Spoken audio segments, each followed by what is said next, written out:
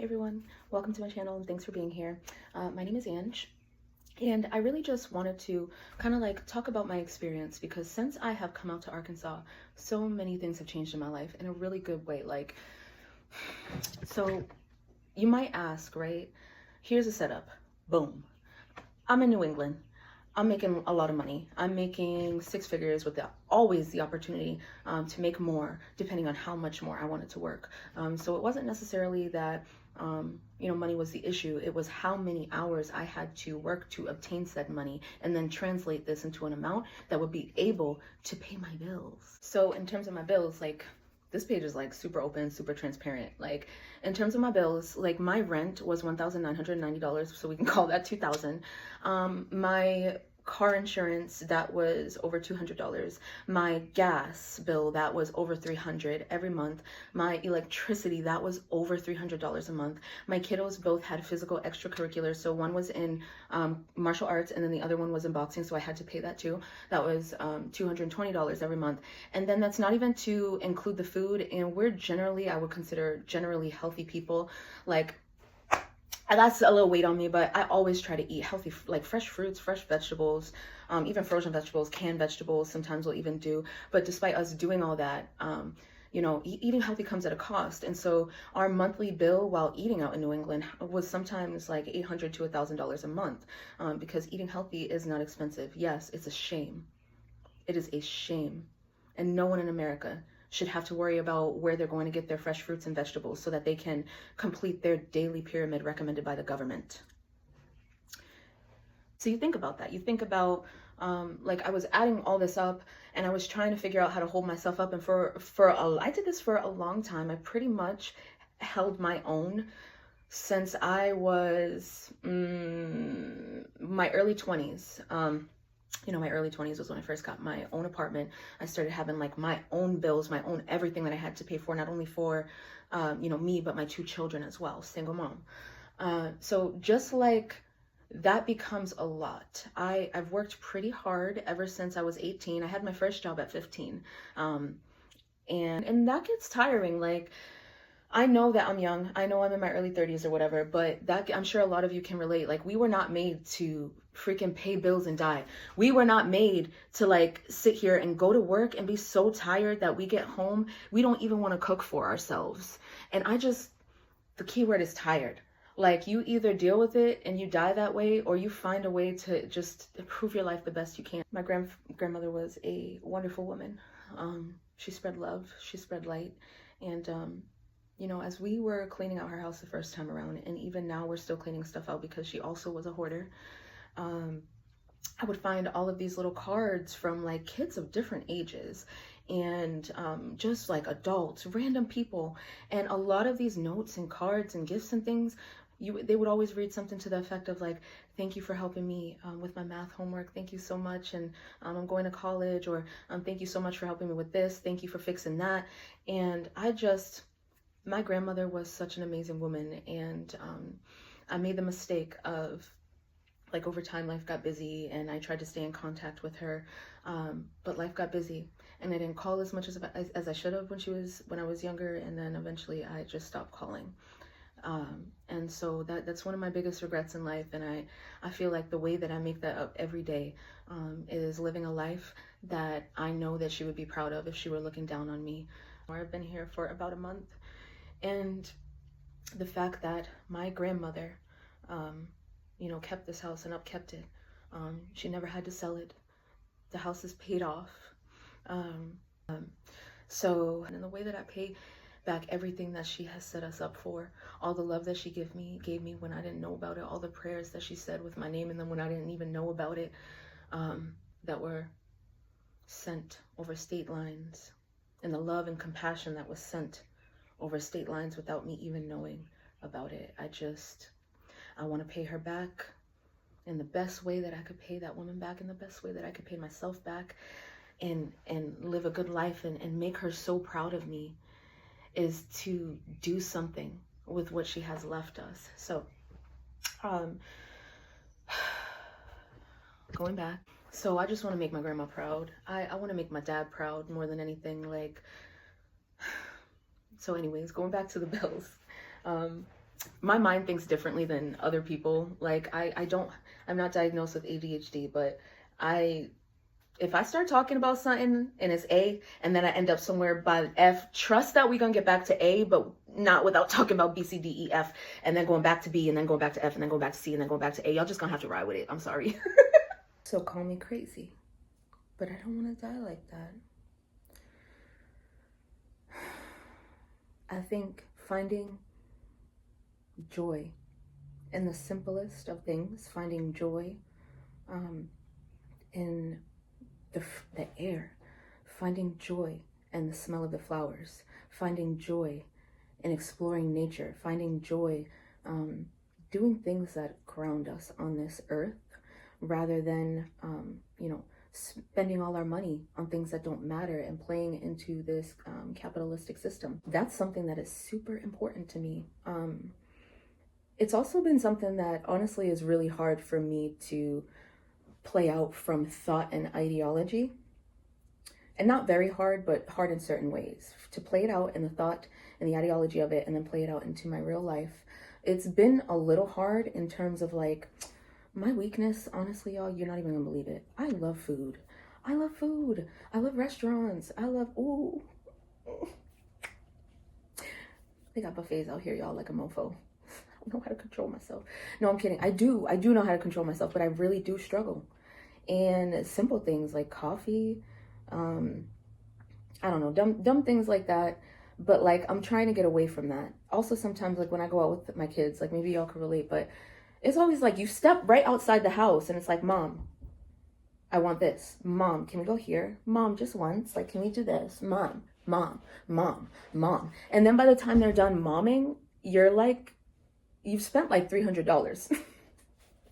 So trying to get away from that and really ground my children and the ideology that I'm trying to myself physically act out. Or physically practice. That's been hard. It doesn't mean that I'm not doing it because I am, but it's a slow process. Like some days I will, I'll get off of work and it'll be like, or I'll have the day off and it'll be like, well, what do we do? And it leaves it up to interpretation and they can choose and I can choose. And it's like, it's hard to kind of like not jump for the first thing that's actually super fun, but also costs a lot of money because like you step outside the house and it costs money. So living intentionally, I'm trying to do.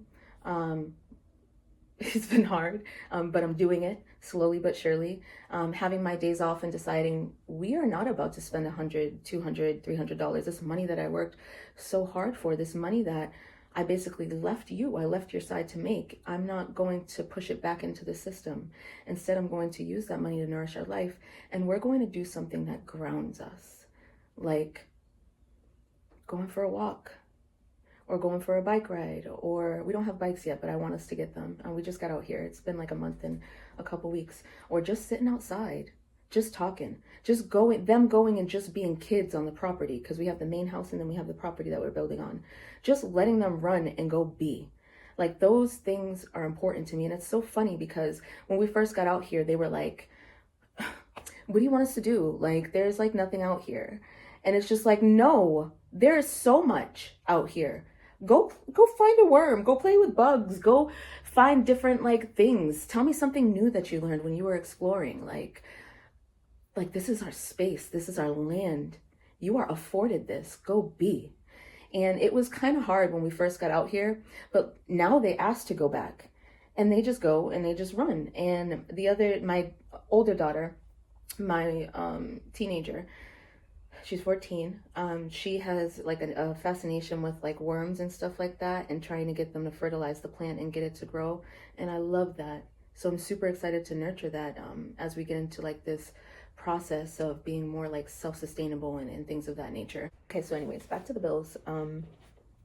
My bills have dropped exponentially. Like, y'all heard even just the bills that I listed earlier were only some of them. It wasn't all of them. It wasn't all inclusive. But that compared to what I'm paying now, exponentially lower. And that's not to say that if anyone out there were to do this, that, how much you were able to save or not do or do would be similar to me. It's just the idea that I'm given. But since my dad and I have linked up, like, life has gotten so much better for me. I'm getting settled. I have a second job that I just got hired at, which is really awesome. So I actually work one full-time job and I work one part-time job. That's very temporary for me because, like I said, I did not come out here to pay bills and die. So what I do is I work 3 days at one job, and then the second job I work 2 days part-time. I eventually plan possibly to drop that second job down to a PRN so that I will not have to work those extra 2 days a week. But for now, it's warranted considering. Listen, I am ready. Enough playing around, okay? I did everything backwards. I had a child before, I had a child at 18. That was my first child, okay? Teenage pregnancy. And then my second child, I had 4 years later, give or take. And I'm ready. And then I got married. And then we separated. Well, then I went to school and then we separated. So I did everything backwards. I feel like time is wisdom, but at the same time, I feel like I've wasted so much time because I'm in my 30s now. I know that these are tangible things that I can put this money towards that are going to push all of us forward. Not just me, not just my daughters, but my father, my sister who is coming out here, my other sister who's coming out here with her 2 kids. It's so exciting. There's a lot more, there's 2 other siblings, but for now that's kind of just what the plan is. I'm hoping the other 2 kind of end up coming down, but we'll see. So this is meant to be a family compound, and you don't need to be a family to do this, I feel like. I've seen other people do this and put this into motion where they are close family and friends, or just very close friends that all decide to come together. So that's really what we're doing right now. We're a bunch of folks who we are family, and we've decided that we're tired of the rat race. We're tired of struggling. We're tired of worrying about next paycheck, and we're just tired, period. We were not meant to live like this. So I'm a little disappointed because things are not moving as fast as I want them to, but my dad keeps doing a really good job of reminding me that all things come with time. And I remind myself every day that Rome wasn't built in a day, and I give myself grace. And every paycheck that I get, as long as I'm putting some of that paycheck towards pushing us forward, I have to be happy in my heart because I'm moving forward and I'm not standing still. So I just have to remember that every time I start trying to beat myself up. The plan is to do the dirt, the shale, and then we're going to drop the shed, which is going to be a shed to house, tiny house conversion. We are looking at a lot of 16 by 48 bare minimum, or 16 by 50, or 16 by 60. The 16 by 60 models are really, really hard to come by. But little trick, can I let y'all in on this? Okay. If you live in from what I know, check where you live, but Oklahoma, Kansas, Arkansas, even Texas, go on Facebook and go on the marketplace and look up shed repos.